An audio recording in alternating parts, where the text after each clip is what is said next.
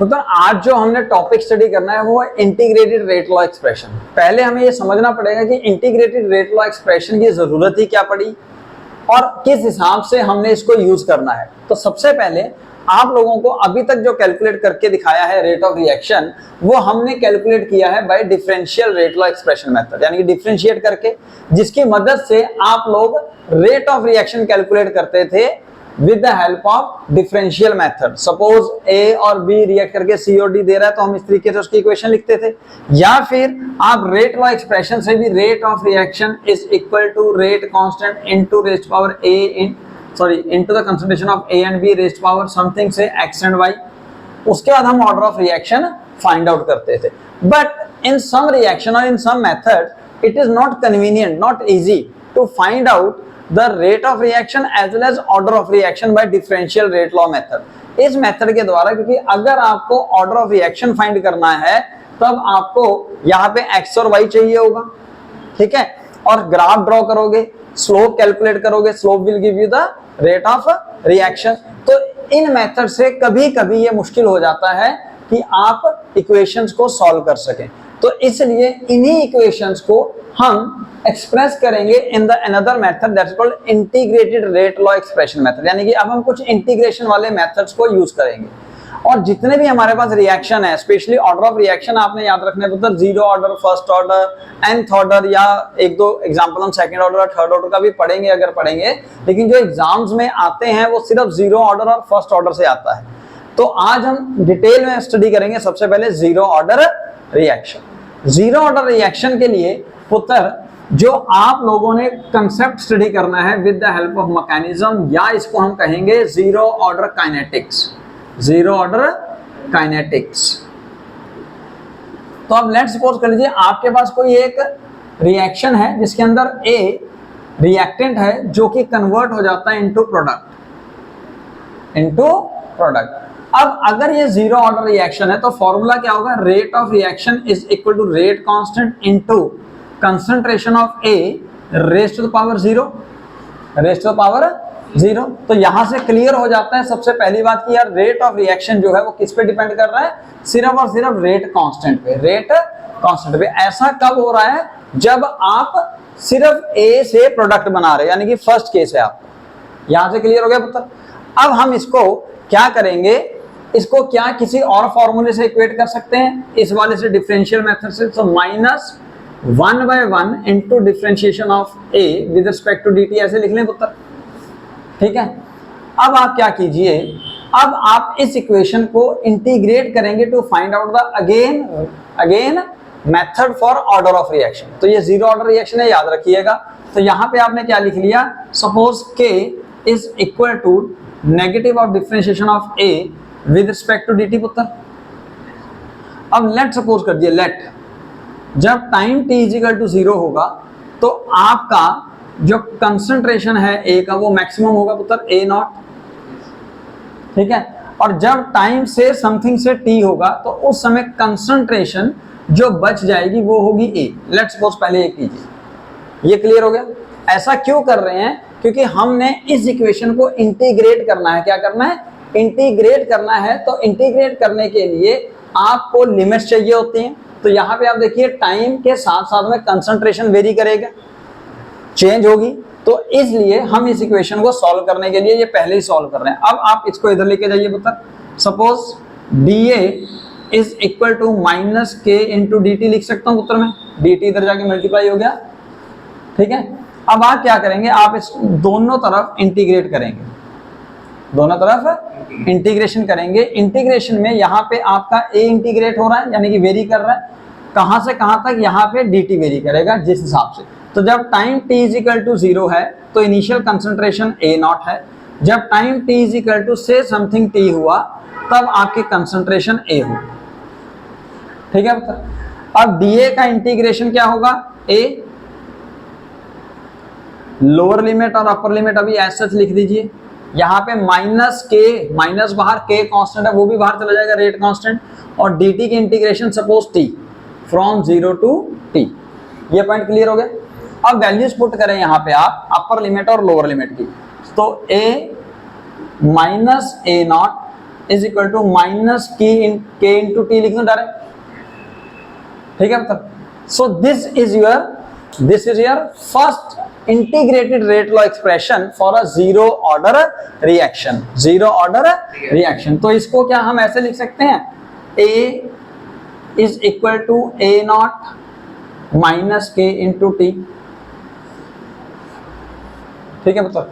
तो आप कोई भी एक इक्वेशन, चाहे ये या फिर ये, इन दोनों में से कोई भी एक इक्वेशन आप अपने माइंड में लर्न कीजिए, याद कीजिए। ए माइनस ए नॉट, एक मिनट भैया, तो मतलब यहां पे आपने क्या किया, एक बार दोबारा समझ लीजिए। आपने एक रिएक्शन किया, ए से प्रोडक्ट बनाया, आपके पास जो अप्रोक्सीमेटली 90 to 99% जो रिएक्शन होंगे वो आपकी बुक में ऐसे ही आएंगे। लेकिन एक ऐसा प्रोडक्ट भी है जो ये इक्वेशन फॉलो नहीं करता, यानी कि एक ऐसा रिएक्शन भी है जीरो ऑर्डर का ही, तो वो भी हम करेंगे अभी थोड़ी देर में। पर पहले ये समझिए, सपोज एक जनरल रिएक्शन, ए से प्रोडक्ट बना, रेट ऑफ रिएक्शन का फॉर्मूला लिखा rate constant into concentration of reactant raised to power 0। क्यों? क्योंकि ये जीरो ऑर्डर रिएक्शन आपने पहले ही अज्यूम किया हुआ है। तो इसका डिफरेंशियल रेट लॉ एक्सप्रेशन के हिसाब से फॉर्मूला लिख लिया minus D A by D T. अब dt को k से मल्टीप्लाई कर दिया, नेगेटिव इधर ले गया, so dA is equal to minus k into dt। अब मुझे इंटीग्रेट करना है इस इक्वेशन को, because in very very small time dt, very very small dA calculate करना कभी कभी कन्वीनियंट नहीं होता है। तो हमने इसको इंटीग्रेट करना है, तो इंटीग्रेशन के लिए जो वेरिएशंस हैं उनकी अपर और लोअर लिमिट पुट करनी होती है। तो dt की लोअर लिमिट पुट करी जब time t is equal to 0, तो इनिशियल कंसंट्रेशन a नॉट, जब time t is equal to t तो कंसंट्रेशन सपोज a बच गई, ठीक है, रिमेनिंग a बच गई, बाकी कंज्यूम हो गया है। अच्छा, तो हमने इसको इंटीग्रेट किया from lower limit to upper limit, dA की integration a, k minus k बाहर, dt की integration t 0 to 2 a naught to a। अब upper limit minus lower limit equal to minus k into t। अब a naught को मैं उधर ले गया, तो फॉर्मूला बच गया जी a is equal to a naught minus k into t। तो इसको आप कुछ इस तरह से भी समझ सकते हैं, a is equal to concentration of a is equal to minus k into t plus a naught. Clear हो गया मतलब। अब इसी इक्वेशन में a क्या है, final concentration of reactant at time t, a naught initial concentration when time t is equal to 0, k is called rate constant and small t is the time at which the concentration remain a from a naught। अब इस equation की मदद से हम करेंगे graph draw between rate of reaction and time as well as concentration and time. तो मतलब ये जो इक्वेशन है, अब इसकी मदद से हम ग्राफ ड्रॉ करेंगे। ये इक्वेशन है बेसिकली स्ट्रेट लाइन के लिए। कैसे? अगर सपोज आप a और t के बीच में ग्राफ ड्रॉ करना चाहते हैं, तो रेज़ टू पावर कहीं कुछ नहीं है, ना स्क्वायर है ना क्यूब है, कुछ भी नहीं है ना मतलब, तो वो होती है स्ट्रेट लाइन की इक्वेशन। स्ट्रेट लाइन की equation y is equal to mx plus c से अगर आप कंपेयर करेंगे, जहां पे अलोंग y एक्सिस आपने कंसंट्रेशन a लेना है, अलोंग x एक्सिस आपने टाइम लेना है। अब m जो है वो यहाँ पे स्लोप होगा, जो कि यहाँ पे हम नेगेटिव माइनस के दिखा रहा है, और इंटरसेप्ट होगा a नॉट पे, ठीक है मतलब। तो यानी कि अगर मैं कंसंट्रेशन और टाइम के बीच में ग्राफ ड्रॉ कर रहा हूं, तो एज पर द इक्वेशन मेरा ग्राफ होगा with negative slope, with negative slope. तो इसका आप स्लोप क्या कैलकुलेट कर रहे हो पुत्र? स्लोप इज माइनस के, रेट कांस्टेंट की वैल्यू देगा आपको, और नेगेटिव होने की वजह से आप देख रहे हो स्लोप नीचे को है, पॉजिटिव स्लोप ऊपर होती है, नेगेटिव स्लोप नीचे को होती है। तो हमारा नीचे वाला है, और ये इंटरसेप्ट कहाँ हो रहा है? ए नॉट पे। कहाँ हो रहा है जी? ए not, that is initial concentration when time t is equal to 0. This is very important graph for zero order reaction, zero order reaction. अब अगर by the way आपको rate of reaction और time के बीच में ग्राफ, concentration के बीच में पहले हम स्टडी करते हैं, rate of reaction और time के बीच में। अब उधर जीरो ऑर्डर रिएक्शन के लिए अभी आपने किया rate of reaction is equal to rate constant only a की पावर 0, यानी कि हम यहाँ पे कंसंट्रेशन के साथ भी ग्राफ ड्रॉ कर सकते हैं और टाइम के साथ भी। तो अभी देखते हैं किस तरीके से ग्राफ ड्रॉ होगा पुत्र रेट ऑफ रिएक्शन। आपके एग्जाम में ये आता है काफी ज्यादा, बाकी भी समझ लीजिए। तो पुत्र यहाँ पे क्या रेट ऑफ रिएक्शन टाइम पे डिपेंड कर रहा है? No sir. क्या रेट ऑफ रिएक्शन कुछ कांस्टेंट है? कुछ ना कुछ वैल्यू तो है। तो अब हम ग्राफ ड्रॉ कर रहे हैं रेट ऑफ रिएक्शंस का। तो with respect to time rate of reaction का ग्राफ आएगा कुछ इस तरीके से, ठीक है जी। टाइम चेंज होता रहेगा, रेट ऑफ रिएक्शन यानी कि स्पीड को कोई फर्क नहीं पड़ेगा जीरो ऑर्डर रिएक्शन में, ध्यान रखिए जीरो ऑर्डर रिएक्शन की बातें कर रहे हैं। और अगर हम बात करें रेट ऑफ रिएक्शन और कंसंट्रेशन यानी कि रिएक्टेंट के कंसंट्रेशन पे, तो अगेन क्या रेट ऑफ रिएक्शन कंसंट्रेशन में डिपेंड कर रहा है? नो सर, यानी कि यहाँ पे भी आपका ग्राफ जो है वो स्ट्रेट लाइन आएगा parallel to the concentration of the time axis. ये दोनों पॉइंट क्लियर हो गए पुत्र? तो इस तरह से आपके ग्राफ के क्वेश्चंस बनते हैं। तो पुत्र यहां से इस ग्राफ से आप कैलकुलेट कर सकते हो स्लोप, और स्लोप कैसे कैलकुलेट करते हैं आपको याद होगा, slope is equal to tan theta. Tan theta में थीटा कौन सा लोगे पुत्र? जो slope with positive x axis बनाता है एंगल, ये ध्यान रखिए। तो ये आपको क्या वैल्यू देगा? ये दे देगा सर के की, रेट कांस्टेंट की वैल्यू, रेट कांस्टेंट की value. So with the help of slope or a graph we can also calculate the rate constant। तो पुत्र अब आपको कैलकुलेट करना है half life period for zero order reaction. Half life period का मतलब क्या होता है? वो टाइम पीरियड जिस समय रिएक्शन ऑलमोस्ट 50% कंप्लीट हो चुका होता है, यानी कि रिएक्टेंट 50% कंज्यूम होकर प्रोडक्ट में कन्वर्ट हो चुका है। So it is the time at which the concentration reduces to half और 50%, or the reaction at which it is the time at which the reaction completes 50%। अगर रिएक्शन 50% कंप्लीट हो गया है तो यानी कि कंसंट्रेशन कितनी बचेगी उस टाइम पे जब टाइम टी ऑफ होगा? A0/2। क्यों सर? A0 आपने इनिशियल कंसंट्रेशन ली, बस इसी डाटा को हमने यहाँ पुट किया। सो A की जगह A0/2, A0 S H minus के, T की जगह T हाफ लिख लीजिए ताकि आप डिफ्रेंशिएट कर सकोगे T हाफ है क्या। तो इसको मैं इधर ले आया, इसको उधर ले गया पुत्र। So k into t half is equal to a0 minus a0/2, it is a0/2। तो इसका t half का फॉर्मूला आ गया a0/2k, a0/2k, k is called rate constant, very very important equation, but this is for this type of reaction। मैं फिर कह रहा हूं, ये ध्यान रखिएगा, आपके पास जो क्वेश्चन आएंगे वो अप्रोक्सीमेट 90 to 95 99% ऐसे ही क्वेश्चन होंगे, पर एक दो जो डिफरेंट होगा वो भी हम समझेंगे। तो ये फॉर्मूला आप याद कर लीजिए। सबसे पहले इक्वेशन याद करिए, a equal to a0 minus k into t, और एक और फॉर्मूला आप लर्न कीजिए, ये लर्न कीजिए पुत्र। कंसेप्ट समझना है और फॉर्मूला लर्न करना है। कंसेप्ट क्यों समझना है? कंसेप्ट क्योंकि जब इसके अलावा कोई और मेथड आया तो वहां पे हमें कंसेप्ट से ही सॉल्व करना पड़ेगा। तो टी आपका फॉर्मूला a0/2k। तो पुत्र अब हम नेक्स्ट टॉपिक स्टडी कर रहे हैं फटाफट, average life of the reaction और life time of the reaction denoted by tau। So it is the time at which the reaction complete 100%, यानी कि रिएक्टेंट बचा ही नहीं है। तो time at which the reaction complete tau, और reactant कितना बचा? सर 0। अब इसको यहां पुट किया पुत्र, 0 equal to a0 minus k into tau, k into tau को इधर लाए तो tau क्या है? That is equal to a0/k। तो अगर हमारे पास एवरेज या लाइफ टाइम किसी रिएक्शन की ये है और हाफ लाइफ टाइम ये है, तो इन दोनों में रिलेशन है that for zero order reaction, कौन से टाइप का? Sir A equal to product वाले टाइप रिएक्शन के अंदर अगर जीरो ऑर्डर रिएक्शन है तब जो एवरेज लाइफ है that is twice of the half life, twice of the half life. सब में नहीं लगेगा ये, बट जीरो ऑर्डर रिएक्शन इस तरह के केसेस में लगेगा।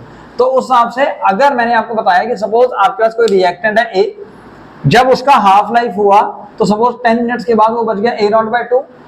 a0/2 जीरो ऑर्डर रिएक्शन के अंदर फिर क्योंकि सेम स्पीड से चलेगा, रेट ऑफ रिएक्शन जो है वो यहाँ पे डिपेंड नहीं कर रहा है टाइम पीरियड और कंसंट्रेशन पे।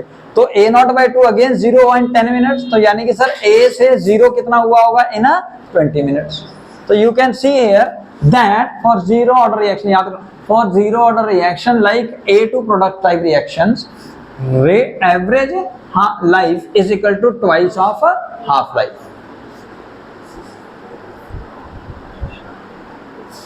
So there is a numerical that for a reaction time required to complete 20% of the reaction is 40 minutes, यानी कि रिएक्शन को 20% कंप्लीट होने में 40 मिनट लगते हैं और टू कंप्लीट 40% 80 मिनट लग जाते हैं। ठीक है, उन्होंने कहा find the order of reaction and rate constant. अब ऐसे रिएक्शंस के अंदर सबसे पहले ऑर्डर ऑफ रिएक्शन फाइंड करना होता है। ऑर्डर ऑफ रिएक्शन फाइंड करने का एक ही यहाँ पे बेस्ट मेथड है कि आप एज्यूम कर लीजिए, लेट्स सपोज कि ये reaction zero order, first order या कोई और है, आपने जीरो और फर्स्ट का ही केस लेना है, ठीक है। मतलब तो अगर आप जीरो ऑर्डर रिएक्शन लेते हैं तो केस 1 सॉल्व करें, फिर केस 2 इधर सॉल्व करेंगे, और अगर रेट कांस्टेंट दोनों तरफ सेम आता है तो यानी कि आपकी असम्पशन सही है और वो जीरो ऑर्डर रिएक्शन है।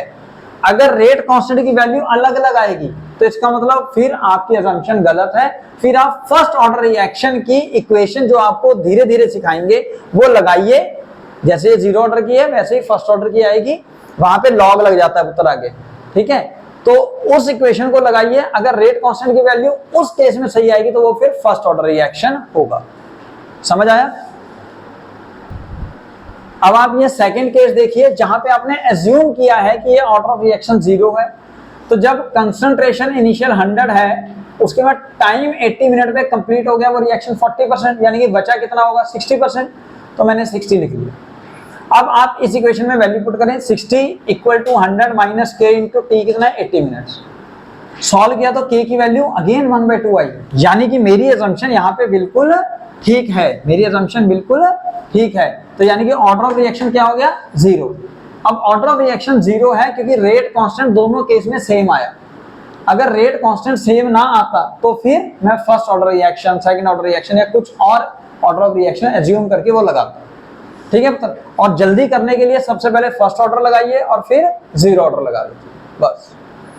तो रेट कांस्टेंट की वैल्यू क्या आएगी पुत्र, मोल पर लीटर पर सेकंड की बजाय यहाँ पे ये टाइम मिनट में दिया हुआ था, आप पर मिनट लिख दो। क्लियर हो गया? यूनिट यहां से निकाल लिया आपने। तो some examples for zero order reaction, जितने भी हमारे फोटोकेमिकल रिएक्शंस होंगे they all are the zero order reaction. Example suppose hydrogen और क्लोरीन को कंबाइन किया in the presence of sunlight to get HCl, zero order reaction है। जितने भी एंजाइम कैटालाइसिस रिएक्शंस होंगे they again are called zero order reaction. Even अगर आप किसी भी गैस को किसी सॉलिड के ऊपर हाई प्रेशर पे डिकम्पोज करते हो, जैसे अमोनिया को डिकम्पोज किया गया है into nitrogen and hydrogen at a high pressure, तब अगेन ये भी जीरो ऑर्डर रिएक्शन होगा। तो मतलब जैसा मैंने आपको बताया कि एक इंपॉर्टेंट 1% केसेस हैं जहां पे कंसंट्रेशन के आगे स्टोइकोमेट्रिक कोएफिशिएंट 2, 3, 4, 5, 6, 8 कुछ भी दे सकते हैं, ठीक है। तो इन दैट केस अगर मैं रेड पेन से ये रिएक्शन किया 2A से प्रोडक्ट और इसके 2 का नीचे अंडरलाइन मारा है, अब इसी जगह मैं X भी लिख सकता हूँ, कुछ भी हो सकता है। तो रेट ऑफ रिएक्शन लिखोगे रेट कांस्टेंट इनटू A की पावर 0, क्योंकि जीरो ऑर्डर रिएक्शन है, ये आपको पता है zero order reaction, equal to -1/2, जो स्टोइकोमेट्रिक कोएफिशिएंट है वो नीचे आ जाता है। या फिर आप यहां लिख सकते हो -1/x इनटू dA/dt, अगर आपने यहां x रखा हुआ है, ठीक है पुत्र। तो फॉर्मूला क्या हो जाएगा जी, 2 इधर जाके मल्टीप्लाई हो गया 2 इंटू के विद नेगेटिव साइन इधर आ गया -dA/dt। तो 2 की जगह आप x भी लिख सकते हो, मैं बार बार कह रहा हूं। तो dA equal to -2k into dt, ठीक है पुत्र। जिसके नीचे मैं डॉट लगा रहा हूं वहां पे x, 2, 3, 4 कुछ भी हो सकता है। इंटीग्रेट कीजिए दोनों तरफ, लोअर लिमिट से अपर लिमिट में, then you will get a minus a0 equal to -2 into k into t पुत्र। तो a equal to a0 minus 2k into t. तो आप देखिए मेन इक्वेशन में जो आपने पहले पढ़ी और इसमें क्या फर्क है स्टोइकोमेट्रिक कोएफिशिएंट का। तो स्टोइकोमेट्रिक कोएफिशिएंट यहां k से मल्टीप्लाई हो गया है, तो यानी कि अब जो k फॉर रिएक्शन होगा इस टाइप के प्रोडक्ट, इस टाइप के इक्वेशन के लिए k फॉर रिएक्शन जो होगा, तो हम ये कह सकते हैं that is equal to k dash is equal to k times of stoichiometric coefficient. बस ये थोड़ा सा ध्यान रखना है आपने। तो सपोज a0/2k पहले था, यहाँ पे स्टोइकोमेट्रिक कोएफिशिएंट से मल्टीप्लाई कर दिया। a0/k था पुत्र जब आपका एवरेज रिलैक्सेशन, एवरेज टाइम निकालते थे आप, जब A2 प्रोडक्ट वाला रिएक्शन, यहाँ पे स्टोइकोमेट्रिक कोएफिशिएंट 1 है, तो इस रिएक्शन के लिए रेट कांस्टेंट k आया। लेकिन अगर स्टोइकोमेट्रिक कोएफिशिएंट x होगा तो आपका जो k फॉर रिएक्शन है वो k टाइम्स ऑफ x हो जाएगा। These are the very important questions.